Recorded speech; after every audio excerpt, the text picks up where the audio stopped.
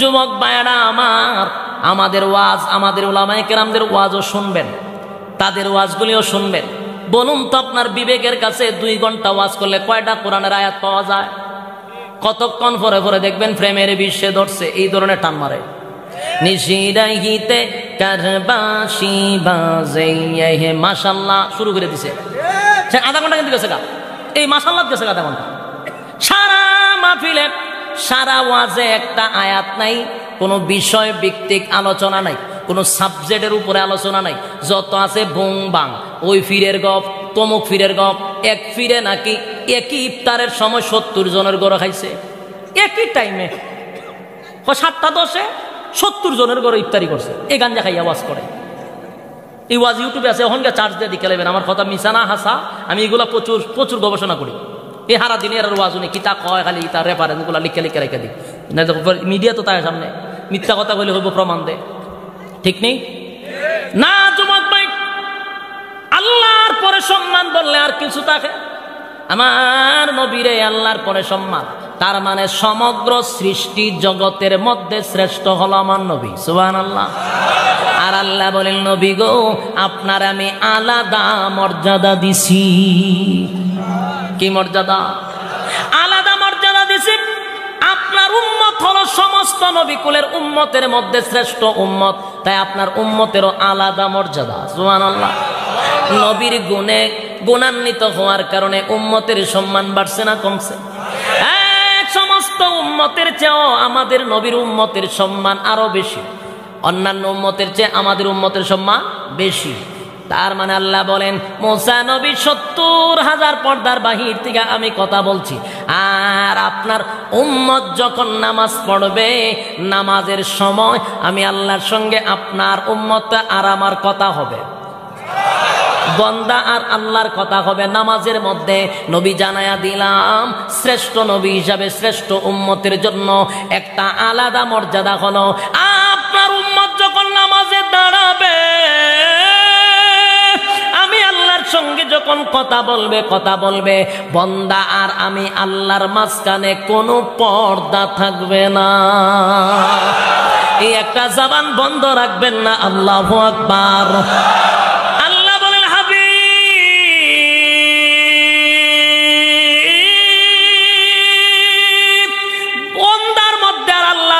কোনো পার্থক্য নাই, মাঝখানে কোনো পর্দা নাই, কোনো পর্দা নাই, কোনো পর্দা নাই। বন্দার সঙ্গে পর্দা ছাড়া কথা হবে। আর আমি জানায়া দিলাম, 7 আসমান টপকাই আমি জান্নাতে নিয়ে আপনার সঙ্গে কথা বলছি। আপনার উম্মত যদি 5 ওয়াক্ত নামাজ পড়ে গো, আমি ওয়াদা দিলাম 5 ওয়াক্ত আপনার উম্মতের সঙ্গে আমার মেরাজ হবে। বুঝি না বেজা? আল্লাহ বলেন,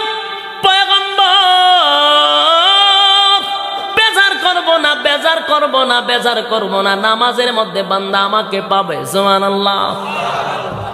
আল্লাহ নিজেই বলেন, যেই ব্যক্তিরা নামাজ পড়বে, এই ব্যক্তি কোনোদিন অপরাধে জড়িত হতে পারে না। জোরে হতে পারে? ইন্নাস সালাতা তানহা আনিল ফাহশাই ওয়াল মুনকার। নামাজ সমস্ত ফাহেশা গুনাহের কাছ থেকে নামাজিকে বিরত রাখে। বাস্তব না অবাস্তব? এটাও বাস্তব, আবার এটাও বাস্তব। বলে হুজুর, এই কথাতে বললেন নামাজ সমস্ত গুনাহের কাছ থেকে বিরত রাখে, এটা তো আল্লাহ কইছে, আল্লাহটাও সত্য। আবার আপনারাও বলবেন, হুজুর আমরার এলাকাত নামাজও পড়ে সুদও খায়, নামাজও পড়ে ঘুষও খায়, নামাজ পড়ে আকাম করে কুকাম করে, আসেনি? এটাও তো সত্য। তো 2 সত্য একসাথে হয় কেন? কথা কই না দি? আল্লাহটা চির সত্য, আপনারটাও সত্য, কিন্তু 2 সত্য তো একসাথে হয় না। কথা কই না দি? পানি উসানি সাস একটু সাত দিন না তুই কারবালার ময়দানে ফেলাই তো রাখলেন, আমার একটা সাটা দেয়। বলুন, সত্য কি 2টা একসাথে হয়? আল্লাহটা চির সত্য, নামাজ মানুষকে গুনাহের কাছ থেকে কথা কই না দি বিরক্ত রাখে। তো এখান করে গুতা দিয়ে কোন লাগে করে না, বেজার হয়ে গেছেন আমার প্রতি। আমি শুরুতেই কইছি, বিরক্ত যে সময় দেখুন বয়ান ছেড়ে দিব, ছেড়ে দিলে ডাবল সুবিধা। বিরক্ত লাগতা যিনি ছাইরা দিতাম নি, ছাইরা দিলে ডাবল সুবিধা। এখন শুনেন, আল্লাহ কয় ইন্নাস সালাতা তানহা আনিল ফাহশাই ওয়াল মুনকার, নামাজ সমস্ত ফাহশা গুনাহের কাজ থেকে নামাজিকে বিরত রাখে। এটা হলো আল্লাহর বক্তব্য, চিরসত্য, ঠিক কিনা? আর সমাজের বাস্তবতা হলো হুজুর নামাজও পড়ে সুদ খায়, হুজুর নামাজও পড়ে ঘুষও খায়, হুজুর নামাজও পড়ে আহামও করে, নামাজও পড়ে মানুষের সম্পদ দখল করে। এটা সত্য হয় কেন? এটা সত্য হলে আল্লাহটা মিথ্যা হয়, আল্লাহটা সত্য হলে এটা মিথ্যা হয়। কিন্তু দুটোটাই সত্য। এর বাস্তবতাটা হলো আমি আপনাদেরকে বুঝাইয়া দেই। আল্লাহ বলছেন নামাজি ব্যক্তিকে খারাপ কাজ থেকে বিরত রাখে, এটা সত্য। আবার নামাজও পড়ে সুদ খায়, নামাজও পড়ে ঘুষে খায়, এটা সত্য। বলে সত্যটা কিভাবে, মিথ্যাটা কিভাবে? সত্য দুটোটাই। আল্লাহ যেটা বলছেন নামাজি ব্যক্তিকে গুনার থেকে বাঁচায়, এটা হলো নামাজ যদি পড়েন অবশ্যই আপনাকে গুনার থেকে বাঁচাবে। আর নামাজ পড়ে সুদ খায়, নামাজ পড়ে ঘুষ খায়, এটার অর্থ হইল নামাজ নামাজ হয় না। এটা যে নামাজ দেখতেছেন এটা আসলে কোনো নামাজ না, এটা তামসা, এটা লোক দেখানো, অতিভক্তি সুরের লক্ষণ। নেক্সট সুরতে দুকা, নেক্সট সুরতে নামাজ নামাজ এখানে আল্লাহটা চির সত্যতা, আপনার আমারটা সত্য হয় কেমনে? কিন্তু সত্য যে বাহ্যিক চোখ দিয়ে এটা সত্যই দেখা যায়, আসলে তো সত্য।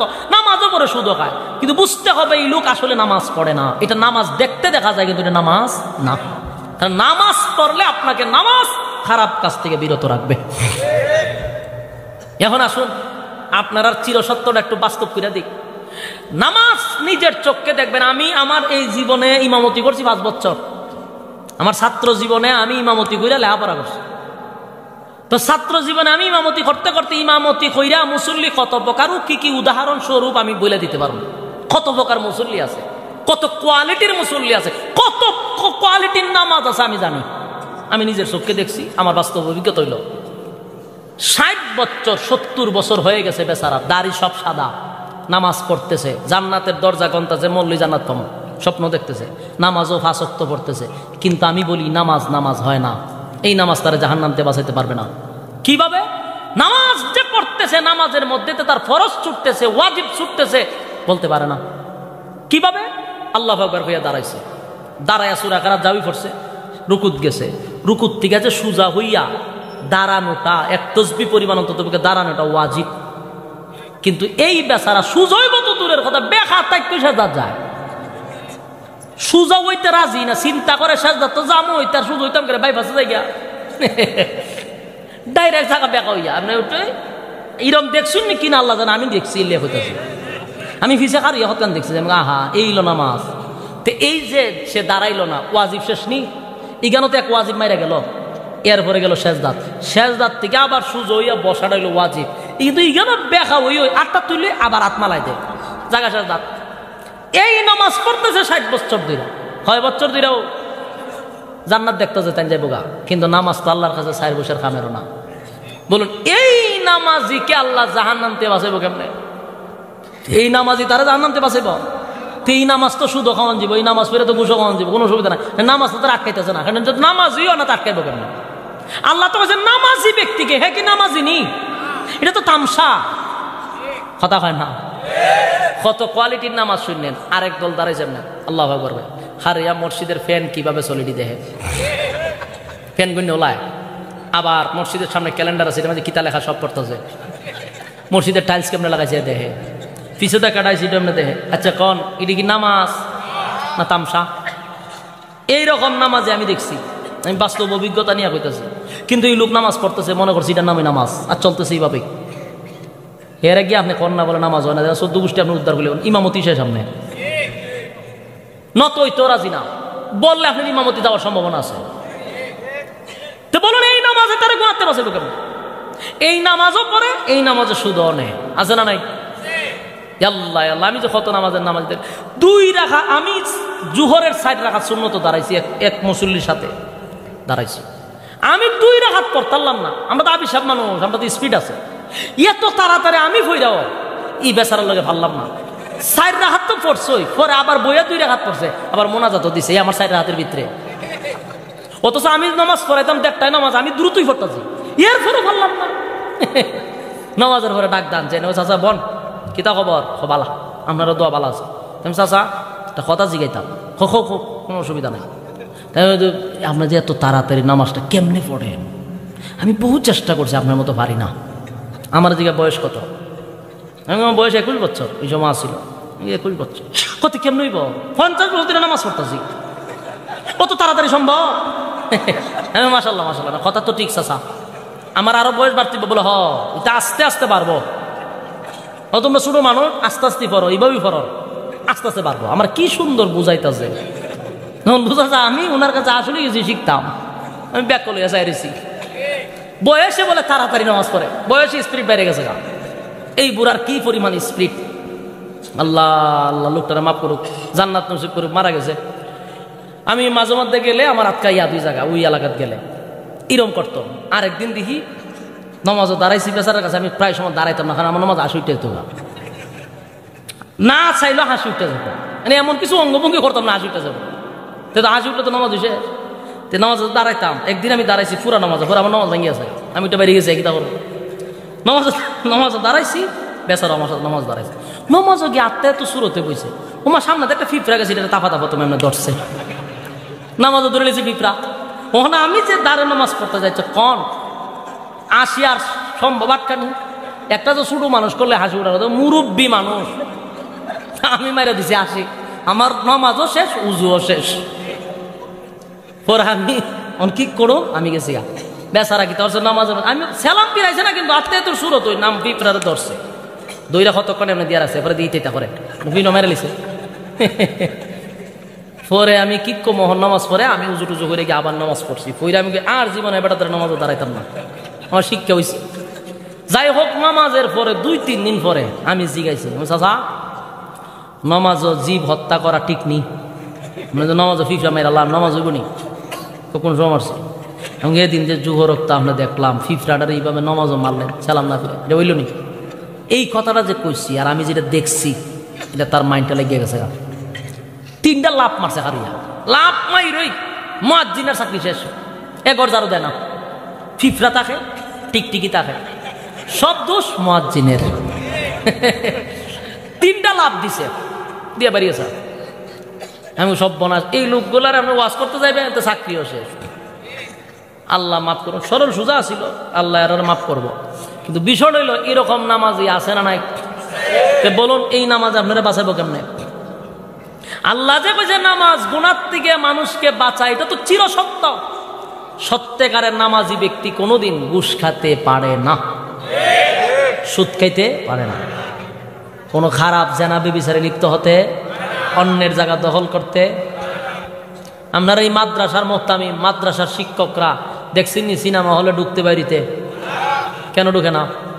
আপনার যে শরীর তারও সেই শরীর, আপনাদের যে রক্ত হুজুরেরও সেই রক্ত, আপনাদের যে মাংস হুজুরেরও সেই মাংস, তার আটকায় কেমনে? বলে তার নামাজ তার আটকায় দেয়। বলো কিসে আটকায়? 14ই ফেব্রুয়ারিতে পার্কে কোনো হুজুর দেখছেন নি? হ্যাঁ, কথা কই না করে হুজুর দেখছেন? কেন যায় না? তোমার যে চাহিদা 10 ডাবল চাহিদা হুজুরের বেশি। তোমার বিশ্বাস হয় না? তোমার যে চাহিদা এর থেকে 1000 গুণ বেশি উলামায়ে কেরামদের চাহিদা। হ্যাঁ, তোমরা চাহিদা থাকবো কেমনে? তোমরা আহাম কুহামে চাহিদা শেষ করো। হুজুররা রিজার্ভ থাকে, হুজুর যায় না কেন? তার নামাজ তার আটকায় দেয়। দেখে না কিসে আটকায়? নামাজ আটকায় দেয়। ওই শাসনলো বইয়া হুজুরে টিভি দেখতে দেখছেন না? টিভি দিকে চা খাইছে, হুজুর দেখছেন মাদ্রাসা, কেন দেখে না? তার নামাজ তার আটকায় দেয়। এটা না, শুধু আপনি মাদ্রাসার একটা ছাত্রর দিকে লক্ষ্য করবেন, মাদ্রাসার একটা ছাত্রর দিকে লক্ষ্য করবেন। আপনি যে আহামরি করেন, এই ছাত্র দিয়ে কাজ করাইতে পারতেন না, কেন? তার নামাজ তারে বাধা দেয়। সুবহানাল্লাহ। এই জন্য আল্লাহ বলেন, ইন্নাস সালাতা তানহা আনিল ফাহশাই ওয়াল মুনকার, নামাজ সমস্ত খারাপ কাজ থেকে বিরত রাখে। বেজার হইছেন আপনারা? নামাজ এমন একটা ইবাদত, নামাজ তোমাকে সমস্ত গুনাহের কাছ থেকে বিরত রাখবে, এটাই স্বাভাবিক, কথা হয় না? আল্লাহর নবী সেই নামাজের ব্যাপারে দুনিয়ার একেবারে শেষ প্রান্তে, যেদিন নবী দুনিয়ার থেকে বিদায় হয়ে যাবে, সেই সময় মালাকুল মউত আজরাইলকে পাশে রেখেও নবী কিন্তু আলীর কথা বলে নাই, ফাতেমার কথা বলে নাই, নবী কিন্তু হাসান হুসাইনের কথা বলে নাই, বারবার বলছে আসসালাত আসসালাত আসসালাত, উম্মতেরা নামাজ ছাড়বি না। সুবহানাল্লাহ। যুবক ভাই, নামাজ এমন একটা গুরুত্বপূর্ণ ইবাদত, নামাজ পড়ার পরে আপনি দেখবেন আপনার শরীরটা অনেকটা পাতলা হয়ে যায়। হালকা হয়ে যাক, হালকা শরীর পাতলা হয়ে যায়। যুবক ভাই, এই জন্য রব্বে কারীম বলেন নামাজের হিসাবটা আমি আগে নিব। আর জাহান্নামীরাও জাহান্নামের ভিতরে গিয়া কয় জাহান্নামে আসার 1 নাম্বার কারণটা ছিল নামাজ না পড়া।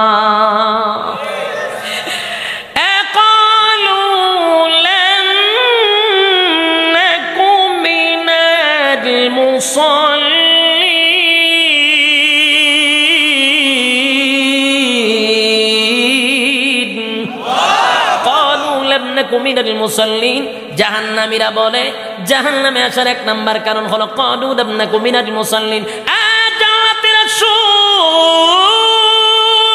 জাহান্নামে আসার 1 নাম্বার কারণ হলো নামাজ পড়তাম না, নামাজ পড়তাম না। ক্বালু লাম নাকু মিনাল মুসাল্লিন, তুই মুসল্লি ছিলে, আমি মুসল্লি ছিলাম না, তাই জাহান্নামে আসার 1 নাম্বার কারণ হলো নামাজ না পড়া, নামাজ না পড়া। যুবক ভাইরা আমার, বলুন তো 1 নাম্বার কারণ কি না পড়া? ইয়াদ থাকবো তো? কথা হয় না? 2 নাম্বার কারণ। 1 নাম্বার চলে গেলে আবার আসুন 2 নাম্বার কারণ। 2 নাম্বার আল্লাহ বলেন ওয়ালাম নাকুনু তুইমুল মিসকিন। আল্লাহ বলেন 2 নাম্বার কারণ জাহান্নামীরা বলবে আমরা দুনিয়ার জমিনে জাহান্নামে আসার 2 নাম্বার কারণ হলো ওয়ালাম নাকুনু তুইমুল মিসকিন, আমরা দুনিয়ার জমিনে মিসকিনের মাল আত্মসাৎ করছিলাম, মিসকিনের হক মাইরা খাইছিলাম। আসেনি? মিসকিনের মাল খায় না? মিসকিনের মাল কেমনে খায় আমি আপনাদেরকে একটু ধারণা দিয়া দেই, বাকিটা আপনারা বুঝা নিবেন। সব ভাঙ্গা কখন যেত না, কারণ খাওয়াইনা গোষ্ঠী বেশি, কথা খায় না। সরকার 300 লেপটিন দিছে গরিব গুড়ারে, কিন্তু দেখা যায় 200 লেপটিন দিছে না, 100 লেপটিন দিয়া বাকি 200 লেপটিন খায়া বইয়া রইছে, একেবারে নিচের ট্যাঙ্কি সুদ্ধা খাই নিছে। আসেনি এরকম? শীতের সময় কম্বল দিল 500, দেখা যায় গরিবের কাছে বাড়া বাড়ি হয়েছে 100, বাকি 400 নাই। 100 দে বাড়ছে, 10টা ক্যামেরা নিয়ে গেছে, একজনে দিতে গিয়া 10টা ক্যামেরায় স্ন্যাপ মারছে, কথা হয় না। বাকি 400 গেল কই খাইয়া লাইছে, খাঙ্গের বাচ্চা খাইয়া সব শেষ করে লিছে। বাস্তব না বাস্তব? কি পরিমাণ খায়, খাউইনার ঘরের খাউইনা। বাস্তব না বাস্তব? এরা যখন খাইতে চায় তখন যেই ভাবি হোক খাওয়ান লাগবো, কথা কয় না। আচ্ছা, আপনারা মাহফিলাইতে গিয়া আমার পুলিশে ধরছে, দইরা কয়েক গাড়ির কাগজ দেন, দিলাম কাগজ, কাগজ তো কমপ্লিট, সুযোগ পাইতেছে না। গ্লাস অবস্থান চিমটাইছে, এটাও কমপ্লিট, কোনো সুযোগ নাই। ভিতরে কি আছে? কিছু নাই। কই যাবেন? ওয়াজও যাম। ঠিক আছে, কোনো মতে পারতেছে না। বনাট খুলে, বনাট খুলল, বনাট খুললে কয় এটা কিতা? এটা একটা অরণ, অরণ কেরা আছে, অরণ কেরা আছে, এটা পেপু দিতা হন, এটা তখন যেত না। আমি বলতে এটা বন্ধ, এটা কোনো কামের না, এটা শেষ, ফাললে এটা টিপ দিয়ে দেখেন, এটা চলেনি। মিশিং স্টার্ট দেন, মিশিং স্টার্ট দিলাম, মিশিং করছে, দেখি এটা শব্দ করে, এটা তো কাটা 3 মাস আগে, এরপর এটা কোথায় দেখি এটাও পারতেছে না, কিতা করতো, কারণ খাওয়ান তো লাগবো, নেশায় ধরছে, খাই তুইব। মানে এরা যদি না খাইতে রিস্কাওয়ালার থেকে হয় 10 টাকা দেয়, 10 টাকা নাই, হয়তো একটা বিড়ি দিয়া যা, বিড়িও নাই, হয়তো মাথাটা টিপটা দিয়া যা, ছাড়তে রাখছেন আপনারা। কারণ আমি হুজুর মানুষে খাইতো কেমনে, আমার তো খাইবার কথা কইতে পারতেছে না। এখন কি করতো হুজুর, টিয়া তো ভাষ্য নে তেনা মাহফিলে হয়ে দিব, সারা দেশে জানবো। আমার থেকে আর ফান্দি বাজাইবার কোনো সিস্টেম পাইতেছেন। পরে কয়টা অপরাধ, আমি স্যার অপরাধ হইলে এটা চললে, এটা বন্ধ, অপরাধ কেন হইব? কারণ এটা থাকতে পারতো না, মেজাজ এমন গরম হয়েছিন, কইতাম আসান যে হুজুর আড্ডি ধরাই দিই, এরপর সে এটা বন্ধ, আমার মামলা দিবেই সে, কারণ টাকা দিতে পারতাছি না, মামলা দিবে। শেষ পর্যন্ত সে আমার সামান্য একটা বিষয় না 3000 টাকার মামলা দিছে। আমি বারবার কইলাম যে কোন অপরাধে দিলেন, আমি অপরাধ তো গায়ে পাইতেছি না, কেন এটা দিলেন আমারে? ওইটা থাকতো না। আমি বাংলাদেশের কোন আইন আছে যেটা অচল, এটা তো আপনি মামলা দিয়ে দিলেন। এই হলো খাউইন্না গোষ্ঠীর অবস্থা। এরা কাউকে ছাড় দিতে রাজি না।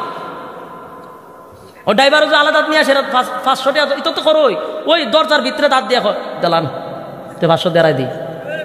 মানুষের লজ্জাও আছে। কেন? সরকার আপনাকে বেতন দেয় না? আমাদের জনগণের ট্যাক্স আপনার দিয়ে আপনার বেতন হয় না? আপনি কেন এগুলা করতেছেন? এগুলা মানুষের অভিশাপ, এগুলা মানুষের, এই অভিশাপের কারণে ছেলে সন্তান হয় প্রতিবন্ধী। বুঝতেছেন না কেন?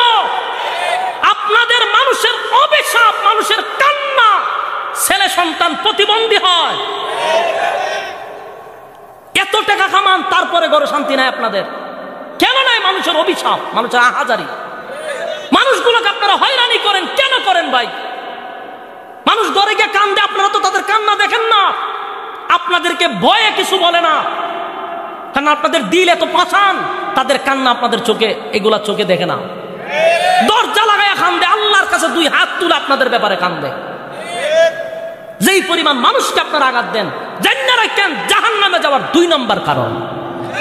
বলুন, জাহান্নামে যাওয়ার কয় নম্বর কারণ? ওয়ালাম নাকুনু তুইমুল মিসকিন, জাহান্নামে যাওয়ার 2 নম্বর কারণ। কয় নম্বর? আমি একদিন রাত্রে টাকা উঠছি। কিসে উঠছি? টাকা উঠছি। এটা 4 বছর আগে, 5 বছর আগে। টাকা উঠটা হাত দেখাইছি, ভাই আমার লইয়া যান। এক মাহফিল হয়ে গেছি, এই সময় তো আর গাড়ি মারি আসিল না, হাত দেখাইছে। টাকা 1 টাকা রয়ে গেছে। ভাই আমার একটু সামনে দিয়ান না, হুজুর দেখে আমার লইছে, বইয়া রয়েছে। দি সামনে কতগুলা 10 টিকি 5 টিকি এইভাবে মেলাইতে রাখছে। মিডে গীতা ভাই টেকা এইভাবে মেলাইতে বিজে গেছে। এখন না আমি কেটে ও দেখবেন না, সামনে ফকির মিসকিন আছে, তারা দেওয়ান লাগে 5 টাকা 10 টাকা। পরে গেছ থেকে 10 টাকায় না মুটকিরা দেয়, সামনে হতার পর রাখা 10 টাকা দিতা করতে করতে পুরা টাকা শেষ করছে। আমি আসতে আসতে আমি এইগুলো তাল টাকা উঠতে আমি দেখলাম ঘটনা। এগুলো করেন না, মানুষের কষ্ট হয়, মন থেকে কষ্ট দেয়। আমরা আপনাদেরকে সম্মান করি রে ভাই, দেখলেই তো সালাম দিই। প্রশাসন সবাই খারাপ না, বলুন প্রশাসন সব খারাপ? খারাপ না। প্রশাসনের মধ্যে ভালো আছে, সব প্রশাসন খারাপ নয়। অনেক প্রশাসন, আমার ক্ষেত্রে আমি বলি, গাড়ি থামাইয়া মামলা দিয়া দেয়, কাগজপত্র সব নিচে গা, খালি আমি গাড়িতে পারিছি কুজুর আপনি কমাম করে দেবো, একটা ছবি তুলতেই। ছবি টুবি তুললে বুক জড়ায় দইরায়ের পরে আমার আরো 500 হাত দিয়া দিয়ে হয়েছে চা খায় নজর। আপনার ওয়াজ শুনি। প্রশাসন ভালো আছে না নাই? অনেক প্রশাসন হুজুর দেখলেই ধার্মিক আছে, ভালো আছে। আমরা সব প্রশাসনকে খারাপ বলবো না, ভালো আছে, এখনো ভালো আছে। আমার মাহফিল যে আমার বাড়িতে করাইছি, সম্পূর্ণটা করাইছিলাম প্রশাসনের সাহায্যের দ্বারা। প্রশাসন আমাকে শেল্টার দিছে। ভালো না হইলে দিল কথা কন্যা দি, ভালো না হলে আমার মাহফিল করতে দিত না। প্রশাসন ভালো ছিল।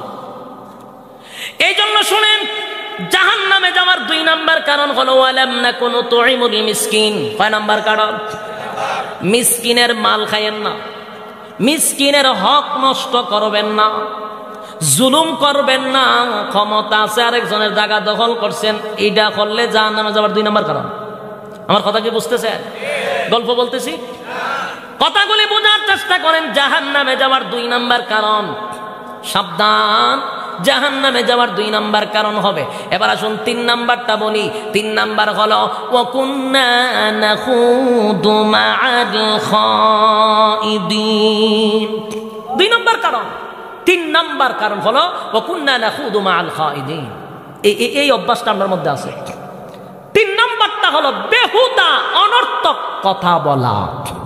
কথা হয় না? আসেনি এরকম হিসাব? অনর্থক কথা হয়, বেহুদা কথা হয়। আর এইটার মধ্যে সবচেয়ে বেশি অভ্যাস হইল আমাদের মা বোনদের। মাশাআল্লাহ, 3জন 4জন যদি এক জায়গা হইতে পারে, তেসারছে কক কক কক কক কাজটা ঘর গরম না। আপনার সাভারের মহিলা না, আমাদের এলাকার কথা কইতেছে। 3-4 জন যদি এক জায়গায় কয়, আর কক কক কক কক শুরু করে দেয়। আল্লাহর নবী বলেন বেহুদা কথা বলবেন না, অনর্থক কথা বলার দরকার নাই। বেহুদা কথা বললে জাহান্নামে যাওয়ার কয় নাম্বার কারণ? 3 নাম্বার কারণ। ইয়াদ রাখেন, মাঝে মধ্যে আমাদেরকে বিভিন্ন জায়গায় ওয়াজ মাহফিলে গেলে 1 ঘন্টা 1.5 ঘন্টা অনেক সময় বসে থাকি মাহফিল, একটু রেস্টের লেগে তুই যায়। অনেক জার্নিং করেছি, একটু ঘুমাইতাম চাই, তোমার রেস্ট করতাম চাই। 20-25 জন ঢুকবো, ঢুকিয়া বইব। হুদু দেখো হুজুর আপনার বাড়ি? বাড়ি কইলাম। হুজুর আপনার নামও কইলাম। কি করে? তা বেহুদা কথা না। হ্যাঁ, আমি এমনি আইসি জার্নি করে, আমার মেজাজ হয়েছে 56। এগিয়ে আমার জিগানে বাড়ি কইতে কোনানো তাকেন কি তা জিগায় বাপ লয়। যখন আমি কথা কই না, গর্তিকা বাইরে ফেসবুকটা মাঝে লাগবো, বক্তার সঙ্গে দেখা করতাম গেছিলাম। অহংকার বক্তা, কথা কয় না, বাপ বেশি দিছে ফেসবুকে চাই আমি অহংকারী। মানে এর কপিলের সাথে আমি অনর্থক বক বক বক বক করতাম। এই কথা না হইলেও অহংকারী। কি মুসিবতে বললাম, এত সে জানে না যে অনর্থক কথা বলা 3 নাম্বার কারণ। কথা কয় না দিক। ওয়ালাম নাকুনু তুইমুল মিসকিন 2 নাম্বার কারণ। ওয়া কুন্না নাকুদু মা'আল খাইদিন 3 নাম্বার কারণ হলো বেহুদা কথাবার্তা বলা, অনর্থক কাচ্চারা কথা বলা। কথা কয় না? আমার যুবক ভাই, ওয়াদা করেন তো বেহুদা কি কথা বলা যাবে? অনর্থক কথা বলা যাবে না, না অনর্থক কথা বলা যাবে না, বেহুদা কথা বলা যাবে না। জাহান্নামে যাওয়ার কয় নাম্বার কারণ? 3 নাম্বার কারণ। এবার আসুন 4 নাম্বার কারণটা বলে দিই। 4 নাম্বার কারণ হলো ওয়াকুন্না নুকাযযিবু বিয়াউমিদ্দিন। 4 নাম্বার কারণ হলো যারা পরকালের উপর বিশ্বাস করে না, মালিক ইয়াউমিদ্দিন, আল্লাহ যেদিন বিচারের মালিক হবেন সেদিনের বিষয়টা বিশ্বাস করে না। এতক্ষণ জান্নাত জাহান্নামের যা বয়ান আপনাদের সামনে করলাম, অনেক মানুষ এটা নিয়েও সন্দেহ করে, বাস্তব হইতে পারে না হইতে পারে। বলুন জাহান্নামে যাওয়ার কয় নাম্বার কারণ? 4 নাম্বার কারণ। পরকালের উপরে যারা বিশ্বাস করবে না, কোরআন হাদিসের উপরে যারা বিশ্বাস করবে না, বেহুদা কথা যারা বলবে, এরপরে মিসকিনের মাল যারা মাইরা খাইব, এরপরে নামাজ যারা পড়ব না, সর্বমোট কয়টা? আরো জুড়ে। 1 নাম্বার কারণ হলো ক্বালু লাম নাকু মিনাল মুসাল্লিন। নামাজ না পড়া, নামাজ যদি না পড়ে জাহান্নামীরা বলবে জান্নাতীরা শোন, দুনিয়াতে তোর সঙ্গে বন্ধুত্ব ছিল, একই সাথে ব্যবসা করতাম, একই সাথে চাকরি করতাম, মসজিদে আযান দিলে দৌড়ায় মসজিদে যাইতি। ক্বালু লাম নাকু মিনাল মুসাল্লিন, তুই নামাজি ছিলি, আমি নামাজি ছিলাম না। জাহান্নামে আসার 1 নাম্বার কারণ কি না পড়া। 2 নাম্বার হলো জাহান্নামীরা বলবে জান্নাতীরা শোন। জাহান্নামে আসার 2 নাম্বার কারণ হলো হেতিমের হক নষ্ট করছি রে, আমি আরামে খাইয়া ঘুমাইছি, আমি রুশ পোলাও দিয়া খাইয়া ঘুমাইয়া ডেকর দিছি, আমার পাশের বাড়ির এতিমরা খাইয়া ঘুমাইলো, একটা বারো খবর নিলাম না।